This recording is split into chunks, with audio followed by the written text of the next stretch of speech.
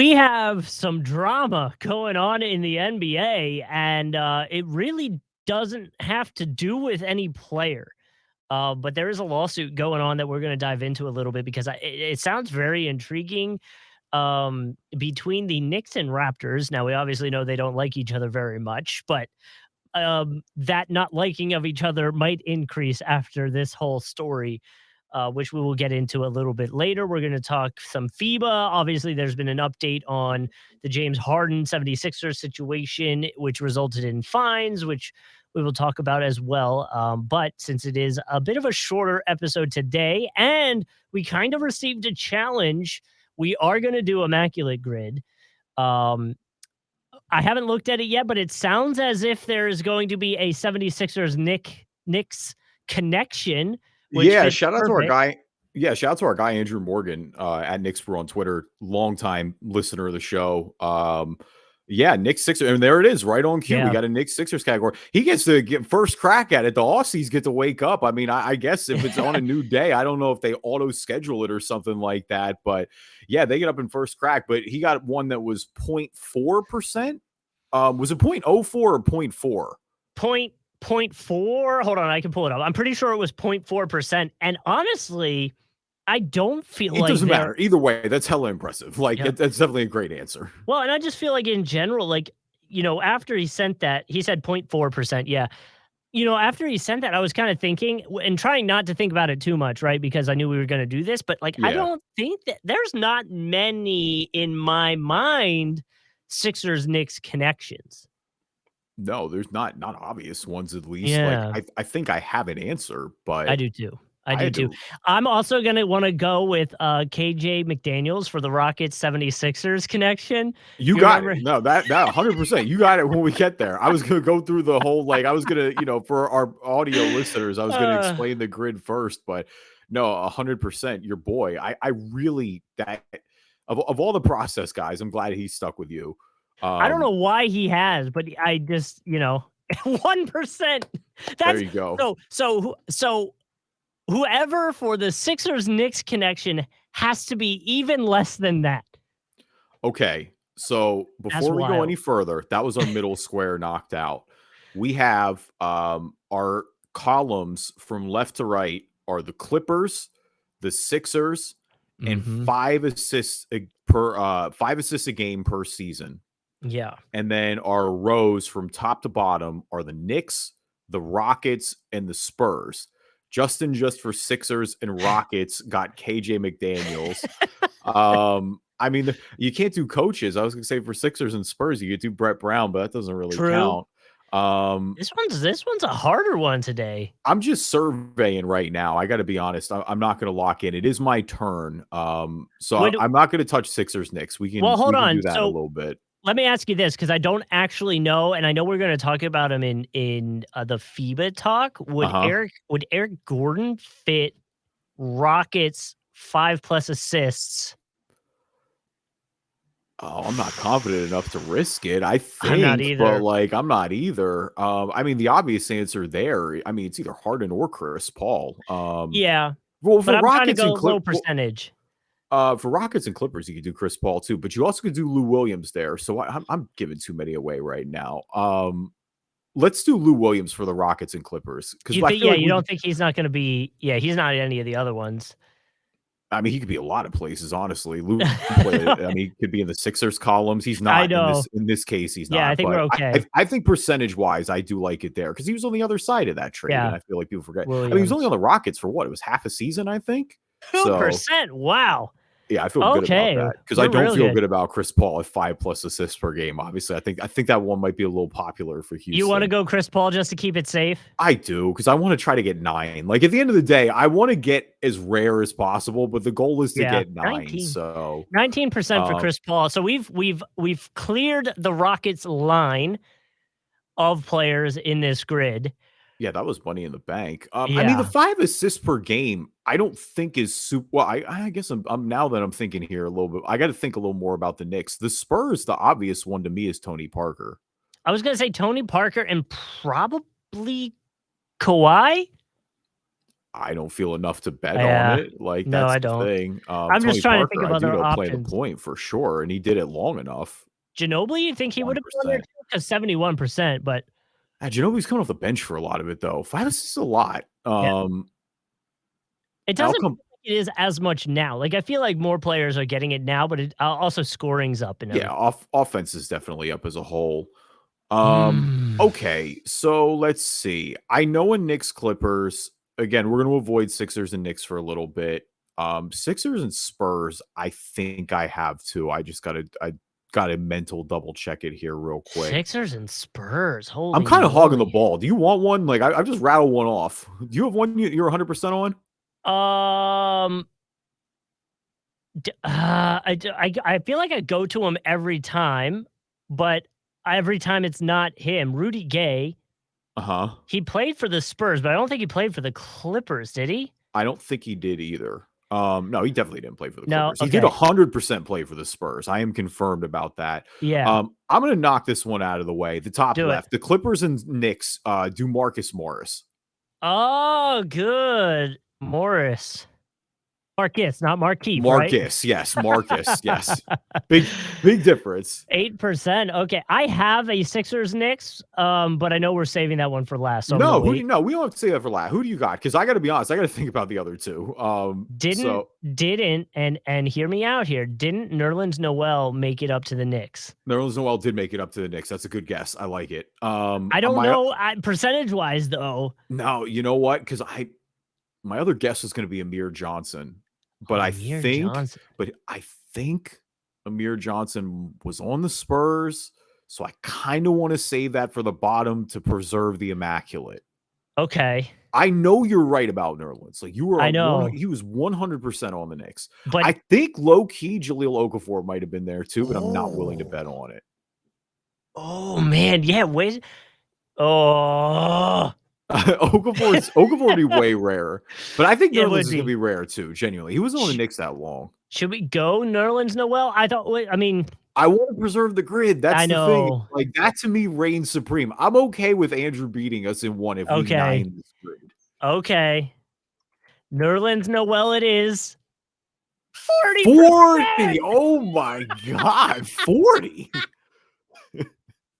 He killed us on that. Like with a 4-0? 4-0, dude. Wow. Okay. Well, we got it right. So there's not a lot of Knicks and Sixers. You were right what I about was thinking that. too. There's definitely not a lot that come to mind if Nerlens Noel is 40% of the answers. For the podcast listeners, anybody trying to keep up, where we are now is we still need Knicks 5+ assists a game for a season. We still need Clippers, Spurs. We still need Sixers, Spurs. Those are our three. We currently are on pace to get it all. I felt good about Sixers, Spurs, and now I don't. Oh no. I was convinced it was Amir Johnson because I know Amir Johnson played for the Sixers. There's no doubt about that. Did Andre Drummond end up with the Spurs at any point? I don't think so. No. I know Aldridge was there, but I don't. He never. Oh, wait a minute. I think I have one. Was Dwayne Dedmon there? Dwayne Dedmon. Oh gosh. I'm trying to think. I also think I have. We could go through what Ish Smith, Isaiah Cannon, Michael Carter Williams. Ish Smith, I think, might have been there too, but I'm way more confident about Dedmon. I feel good about borderline enough to guess it. Did you not spell it that way? Dedmon, like just dead men? It's Dadmon. Oh, like dad. Oh, we're guessing this. Okay. Maybe no, not. No, Dedmon. My bad. Oh, that's it. Okay. Should we go for it? I don't have a better one. Okay. Yes. All right. 2%. That's a good one too. All right. So the ones that are left, there's Clippers, Spurs, and the Knicks 5. Oh, wait a second. Is Elfrid Payton my 5+ assists? Oh my God, Justin! If we lose this on Elfrid Payton, I'm gonna be so mad. Is it Elfrid Payton? I feel. I mean, Could Did he? Because be. didn't he have a triple-double on the Knicks? Or was that all Orlando and then Pelicans? We're also overthinking this and could just guess Jalen Brunson. Like, Jalen Brunson is the 100% we're going to protect this grid. A part of me does, though. I'll tell you what. If we figure out Clippers and Spurs here real quick, I might let you guess Elfrid Payton. Only because the question is with basketball references, he had to have done it on the Knicks. I would be way more confident it was do it in general. He started long enough in Orlando. I don't think like all right. Well, I will let you get. I'll tell you what. If we figure this Spurs Clippers out, I will let you guess Elfrid Payton to close it out. Okay, because we're doing good on time too. So we got a little bit of time, and like you said, Clippers, we're in the middle of summertime. We have some, not a tons going on. All right. Oh man, Spurs Clippers. Spurs. I mean the Clippers. And the Spurs, really, they're just an assortment of a lot of guys that like just are always on the move. I feel like.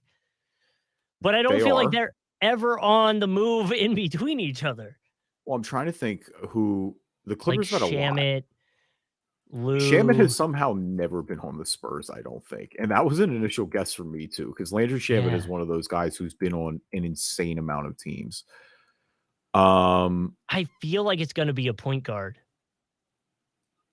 Yeah, I could see that, too. Like, obviously not White. He's with the Celtics now, but like, man, I don't think Diaw was on the Clippers. Oh, Boris. He was definitely on the Spurs. I don't think he was on the Clippers.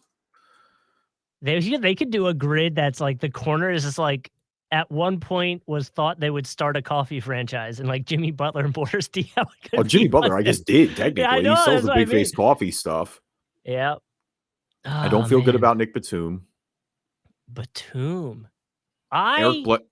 Eric Bledsoe never got to San Antonio, right? I know he's been bouncing around. I don't think he's been in San Antonio. I don't think so. Okay. Dude, I literally, my brain's gone dumb. I couldn't name you a Spurs player right now. Well, that's because most of the team is young and new. Like, I mean, come on. And maybe that's the problem. No, we got to go back to like, it definitely was like, I bet you it was like a Kawhi teammate while he was there off the bench. Like, who backed up Tim Duncan? No, I know. It's going to be somebody. I'm going to be pissed if this one's like 50 correct answers when we're done with I know. It always is. What about no, JJ Redick never got down to San Antonio, I don't think. No, I don't think so. Oh, dude. No, you know what? I don't think he's on the Clippers. Damn. I was going to say Danny Green. I don't think are you Danny sure Green he wasn't on the Clippers? I don't think he was. Danny Green. He was on the Lakers. He was on the Cavs. He's on the Raptors. He's on the Sixers. Did Danny Granger end up on either of those teams? He might have ended up on San Antonio. I don't know why his name came to my mind after you said Danny Green. Are we sure all the it's not Spurs guys are so like I'm trying to think of like a Spurs guy who may have bounced around a little bit, like a younger guy. Oy. I mean, who have they? DeRozan hasn't. No, DeRozan. I don't think Pirtle has. Pirtle, wow. Pirtle was on the Spurs. We might be stumped on this Clippers Spurs. I'm gonna figure this out. We're gonna figure this out. It's bothering me. I'm gonna give us 4 minutes because I feel like 18 is the absolute. Wait. Are we being dumb? I literally said the answer. Who? Clippers Spurs. Kawhi. Oh, we are so dumb. I literally was like, it's got to be a Kawhi teammate, except it's actually Kawhi. That's the answer. Oh my God. Good Lord. No, but you know what? Good for you, Justin, because you know what? We're going to get, if you pull, we're so dumb. I can't believe that it took to get Kawhi. 78. Okay. Do we just go for the perfect grid or do we try Elfrid Payton? Oh, what's the perfect grid for Jalen and the first one's for Elfrid? Oh God, I want it to be Elfrid Payton so bad. You got to do it. You just pulled it out. You pull it out. You got us back from the forest to see the trees. I told you if you could guess it. And plus, honestly, before you guess, it's going to be an all-time podcast moment if this ends on Elfrid Payton. Like, I think this will be the highlight of our grid so far. If we close out a 9 with Elfrid Payton, he had like 2 or 3 years there, I think. If he I started, don't think he started. If he started, I think he's got it. I don't think he started, but I think there was an injury that had him play like a good amount. Listen, I feel you. And if he got the minutes, like, I'm not confident in this answer at all. You were confident going into roulette, though, in Vegas, and you made a bunch of money, but that's a podcast story for another later. Hit the button, Justin. Do it. Oh, no! Yeah! Let's go! Elfrid Payton. I gotta look up back. I gotta look it up now. I can't believe he actually had. Did he started the 1 year, right? Yeah, I don't think he started. Hold on, I can pull up the info. Hold on, here we go. I'm looking at Basketball Reference right now. Way ahead of you. Elfrid Payton. He did. Wow, he did by a lot. He averaged 7.2 in 2019, 2020. Played 45 games. He started 36. Yeah, you're right. Kind of a limited minutes thing, and that skewed him. I mean, he did it in Orlando a bunch. That's the thing when he got the minutes, he would for sure do it. I didn't know if he got him in with the Knicks because he didn't the next year. I mean, the next year it's down to 3.2. So in case you were wondering, the Sixers-Knicks connection, I wonder which one he went with because Matt Barnes is on there. Samuel Dallenberg's on there. Greg Grant, Johnny Green, Justin Holiday, Bob McAdoo, Andrew Lang, DeAndre Jordan. Interesting. I didn't realize that one. Oh, that might be it. That's a good one. Trey Burke, those minutes for Scott the Sixers. Brooks. Trey Burke's a good one too. Trey Burke was only with us for I think he was only with us on 10 days. He played 69 games, at least according to this is Basketball Reference. Oh, that's man. Way more than I expected. Oh, never mind. That was him as a Knick. Okay. 76ers. Sorry, I'm looking at the wrong thing. 76ers was 2020. He played 25 games for us. That might be it. I wouldn't be surprised if that one's it. Andrew, tweet us. I really am curious. Oh, that's so happy. What a great start to the Drive Dish NBA podcast. An immaculate grid. You love to see it. It turns out 1% on Elfrid Payton, baby. Man, that was good. No, a couple ones. Like I said, KJ McDaniels, Dedmon being a 2. I can't believe it took us that long to get Kawhi. That really is blowing my mind there. I mean, honestly, our percentages are good. The only obvious ones, I mean, Tony Parker was definitely an obvious one. And I guess Nerlens, when he's at 40%, it's pretty hard to argue with that. I'm trying to see the other options for these what was it? Spurs and Clippers. Derek Anderson, Brett Barry. Oh, Brett Barry's a good one. See if any other names kind of stick out to me. JaMychal Green, Jaren Jackson, that was this year. Steven Jackson, Kawhi. That's kind of Steve Novak, Doc Rivers, Bobby Simmons, kind of just going back. Marcus Williams, Kevin Williams, Dominique Wilkins, Hedo Turkoglu. Either way, name. What a guy. Kawhi, definitely number one. Hedo Turkoglu owns a Turkish restaurant, fittingly, in Orlando. Fun fact. Does he really? Yeah, it's called Bosphorus. Oh, I kind of want to go to it. Right on Park Ave. It's super bougie. Not the restaurant necessarily. The restaurant is nice. I don't want to sound like I'm smack talking it, but the street that it is on, Park Ave in Winter Park, is one of, if not the ritzy street in Orlando for sure. Okay. Winter Park is all the nobody cares about this, but Winter Park is all the old money of Orlando. They're the houses, they're on the lakes. I think Shaq's is a Windermere. Just kidding. Welcome everybody to the Drive Dish NBA podcast, home of an immaculate grid. My name is Kevin Rayfuse. Joining me as always, my co-host Justin Kuzart. About to start recruiting again. Eye emojis. I really thought it was going to be the Kuzma tweet, man. Did you see the Kuzma tweet? No. What did he tweet? Okay, I'm going to pull this up. You got to tell me who that was. I'm pulling it up real quick. That was Dwight Howard, who actually did recruit James Harden. He was trying to get him to go. All right, Kuzma, you where? Which one? It was oh my god, it was something just recently about hurricanes. Oh no. Hang Okay. on. Oh, he posted that outfit again. Hang on. I wanna make sure I should have had this pulled up ahead of time. Um, but okay, here we go. The article, NBA star has wild take on California hurricane. California hurricanes or California getting hurricanes is proof y'all need to stop littering or the government just be trying things out. Crying face emoji, hands over face emoji. Kuzma. Did he delete it? Because I actually don't see it anymore. I think he probably deleted it.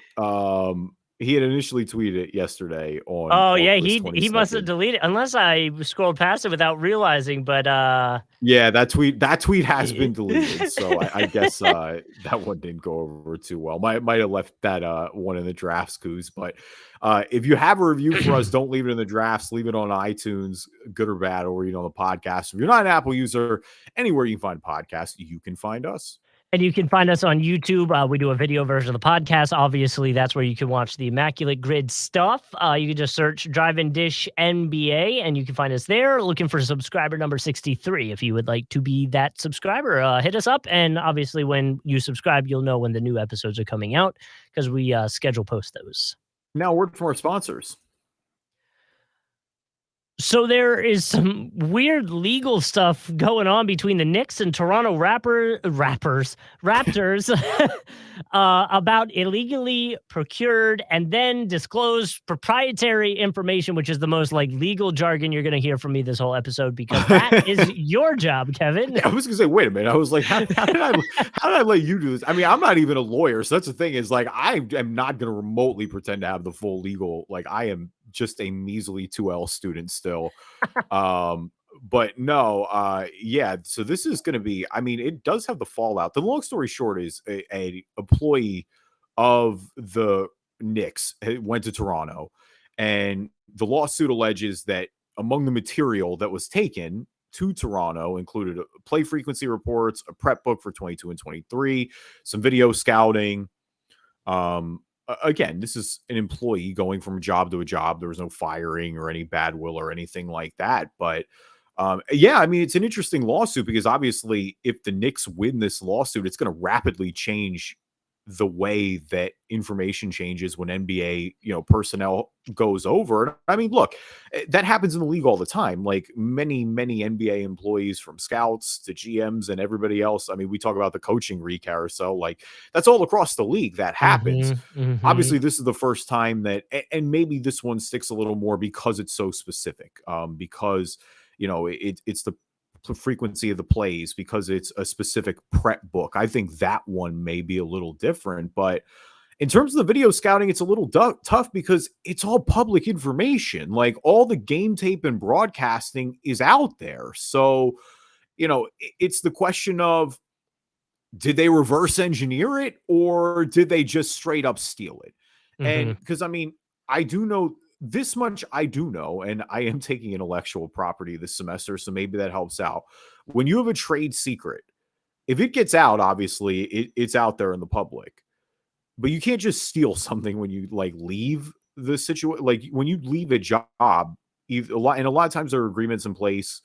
But like if you obtained information by illegal means, then yeah, you can't disclose that trade secret.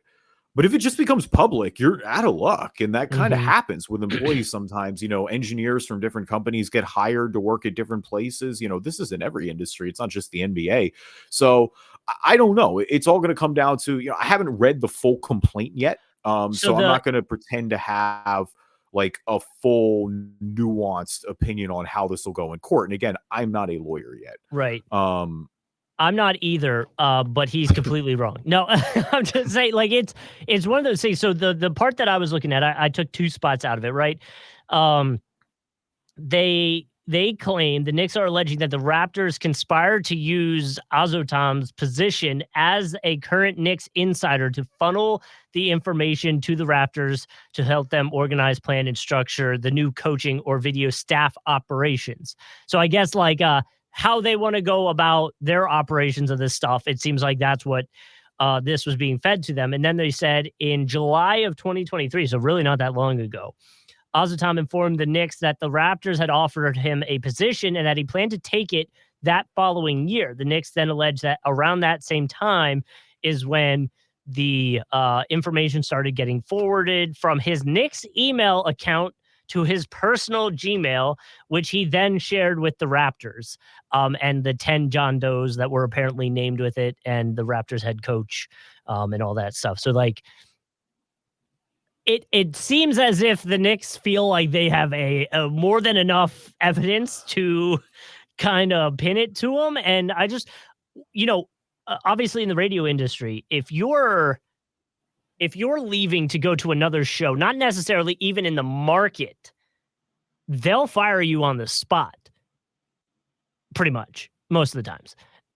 So I would imagine, and I am surprised that that was not the case in this scenario, because if you're going to another team, then you're done. It's conflict of interest. You're out. Like, I'm sorry. Like, I understand normally people would do 2 weeks, all that stuff, but like, if you're going to the competition, we got to let you go right now. We can't give you the 2 weeks. Yeah, it's interesting to me because if he downloaded as a Knicks employee information to his personal computer and then brought it over to the Raptors, like that does make me feel like it is more stealing and that it is taking proprietary information.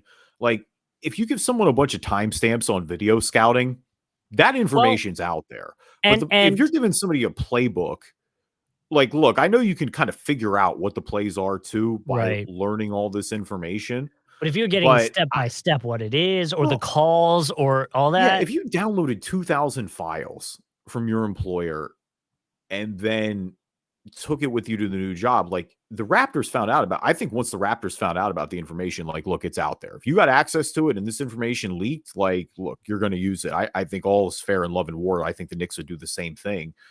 That part of it, the Raptors' use of it to me is not an issue. And for the record, they deny any involvement in any of this. Well, I don't know. I truly, like I said, there's compelling arguments on both sides. I got to read the formal complaint entirely, but I don't know. I would feel if a playbook is downloaded by an employee. Now, did they know the employee was leaving? They're aware he was leaving the position? Because if they're aware he's leaving the position, that does feel like just bad practice as well on the Knicks. That's what they claimed. If you know he's going to the Raptors, like, get him out of the building immediately. Cease all competition. This article says, according to the lawsuit, in July 2023, Azotam informed the Knicks that the Raptors had offered him a position that he planned to take it the following year. The Knicks then alleged that around that same time, Azotam began secretly forwarding proprietary information from his Knicks email to his personal account. And I wonder if... Why did the Knicks let this guy stay? That's what I don't know. I also wonder if they're, like, legally, will they get into a discussion of trying to, I guess, question him to see if he gives any inkling that he knew what he was doing was wrong at the time, if that makes sense. Well, here's the other question that lawyers are going to ask, because now my brain's fully broken. Is a play property? Is that someone's specific? I'm sure the Knicks will play claim becomes it public is. knowledge. Everyone, like, once that idea is out, one person can't, like, the inventor of the pick and roll isn't the only person who run the pick and roll in the NBA. Triangle offense. I get what you're Phil saying. Jackson and them emulated, like, plenty of people emulated that. Like, once it's out, it's out. And so that's the question of, because it was obtained by shady means, obviously, I think maybe the Knicks will have it. But I also, like, if I'm a lawyer on the Raptors side, I'm going, yo, you guys let this dude stay in your organization for a year after you knew he was going to us. So I don't know. It will be, the lawyers will have some fun. That's what I know. And I am interested to see how it turns out, though, long term, because obviously, if they really rule against the Raptors here, then it is going to change the way heavily how NBA employees go between teams and kind of make it, I think, a very strict, like, hard cut. I don't know if we'll get to that point with coaches necessarily, maybe. Because again, that goes down to the point where it's like, yeah, okay, the coach leaves, but, like, you already know all his plays and stuff too. Like, what is he taking with him? But, there's a lot of questions to be answered that I'm sure we will be that I will be following for sure in court. We will be following that in court, but I am particularly like through the course of the semester, I'm going to keep an eye Oh, on I this. bet. And I'm just gonna take this moment to say right now, like, I can be bought if you want me to go work for a team and funnel information for your team, like cut the check, we can plan this accordingly, like, hit me up, DM me, we can figure this out. You want to come to law school too? No, not at all. I don't no part of me wants to do You would law be school. and there are people who have done it, and God bless them who do. You would be truly built different with a 2-month-old now, Oh, 3-month-old child yeah. doing law school. Like, and there are people who've done it, Oh, but yeah. again, Not for me, man. I listen, I'm essentially I was joking with my friends is I'm essentially with the kid doing a morning show shift and then working. Like, I'm yep, doing the morning show with my kid, and then I'm working. So it's like 2 jobs yeah, essentially, except no. the other one doesn't pay. It just actually drains my bank account more significantly than anybody thought it would. Welcome to parenthood, bud. All right. So on another note, let's talk about some actual hoops. As we are getting ready for FIBA group play coming up, the final warm-ups taking place, specifically with Team USA, getting it done over Germany. Comeback win 99-91. Of course, the big story, Anthony Edwards, 34 points, 11 to 21 from the field, just undoubtedly leading the way there. Big game so for Austin Reeves, 16 points. Look at our boy Austin Reeves continuing to shine. Tyrese Halliburton, 16 points as well. In regards to the starting lineup, Jaren Jackson, 7 points, but really stellar defensively. Mikal Bridges had 7, Jalen Brunson had 8. Certainly a quieter game for Brunson than he had against Spain, but yeah, I mean, the big story was Anthony Edwards. I think, if Which anything else, too, is with the FIBA, not just the tournament. I think this is translated into now a lot of people have gone and it feels like it made him the prime breakout candidate, right, for he this could year be. coming up with the Timberwolves. Well, and it's gotten even to the point that it's leaked back a little bit to the NBA, I feel like Yeah, Bill Simmons is refueling the Dame and Karl Anthony Towns trades, and I think it's based off the fact that, I like that more than I should. I like it. I like Gobert and Ant and Dame and like you kind of got something there. And that's more of again because I do like I think that's part of we don't need to go down to Timberwolves fans and make them feel bad, but like that's part of to me was the most frustrating thing about the Gobert trade is because Ant is such a superstar, is going to be a superstar in my opinion. And when we started talking about FIBA, like that was the big change for me right Mhm. away is that they didn't have Anthony Edwards in the starting lineup. When I'm looking at that roster and going, he might be the best player on the team. Like, what do we have him coming off the bench for? Yeah. Obviously a great sign that he's certainly feeling it going into group play. And look, like Germany is tough. They're going to be one of the harder teams. I mean, there's pros on there, obviously led by Dennis Schroeder, but Germany, France, like these are going to be the harder teams that the U.S. has to play. Canada as well, come FIBA tournament. The group play, in theory, should be a little bit of a reprieve for them now. Again, you don't want to take your foot off the gas, but I mean, yeah, 5-0 in all the warm up play. You got to feel pretty enthused by what you see so far. They're starting to come together. I love Hallie off the bench again, playing that 6-man role.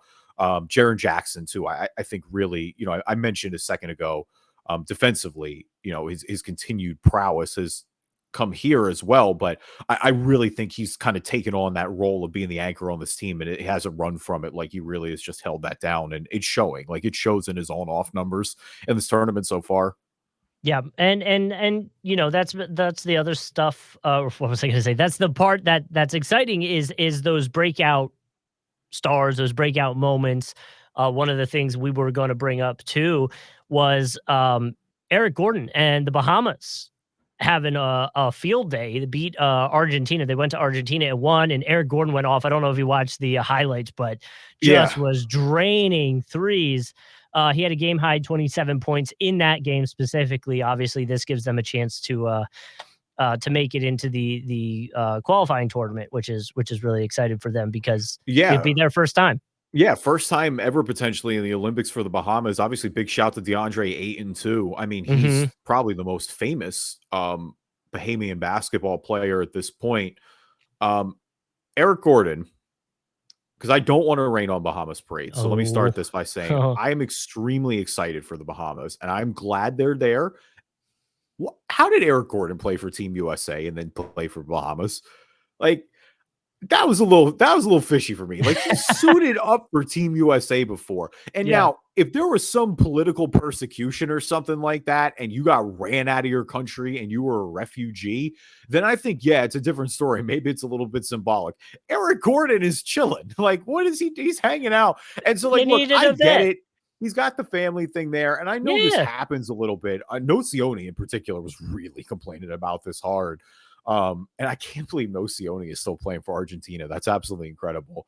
But yeah, I mean, that was he had a great game. He absolutely went off. And again, good. I don't want to rain on their parade and sound like a hater, because I am happy for them. And I know, again, for those players, this means a lot to their country. Like, a lot of people, they were celebrating that hard. Like, it was the darlings of international basketball type story. But yeah, that was a little bit of like, when I saw that complaint from Nocioni, because I forgot that Eric Gordon had suited up for Team USA, and I went back and saw that, and I'm like, yeah, wait a minute, that's a little weird. Like, that feels a little strange. That it's a little odd. Suddenly has flipped. And he was cooking, like, it was playing well. Cooking. He shot 42% from the floor. I did read that when they play next, there's a possibility that the Charlotte Hornets center Kai Jones could join them and add a little more to the team, which can be exciting. Like, I'm just excited for them. I was trying to look up, by the way. The more pros, the better. Like, the more NBA talent you got on that roster, I mean, it's just a great look. I mean, just for expanding the game in general, too. Like, that's such a big boost whenever these teams go on a run. I mean, obviously, Argentina, the ultimate run back in 2004. But yeah, the NBA is an increasingly global game. Like, I think the Bahamas getting in, you know, I think the Bahamas have, I'm trying to remember. There was a tweet that had the population, but I think the population of the Bahamas is something like 200,000. They've got an Olympic basketball team. Like, that's a feat to be commended. That's awesome. And obviously, like we were saying, very excited for him. The person we're not very excited for is James Harden. Who, what a way to end the episode. I love it. Who just got fined by the NBA for, obviously, the things that he said about the 76ers organization and some of the shady stuff that might have been going down. Although I feel like Morey, I don't know if it was about the organization. I think it was just Daryl Morey. He didn't call the organization a liar. He said Daryl Morey's a liar twice. That's fair.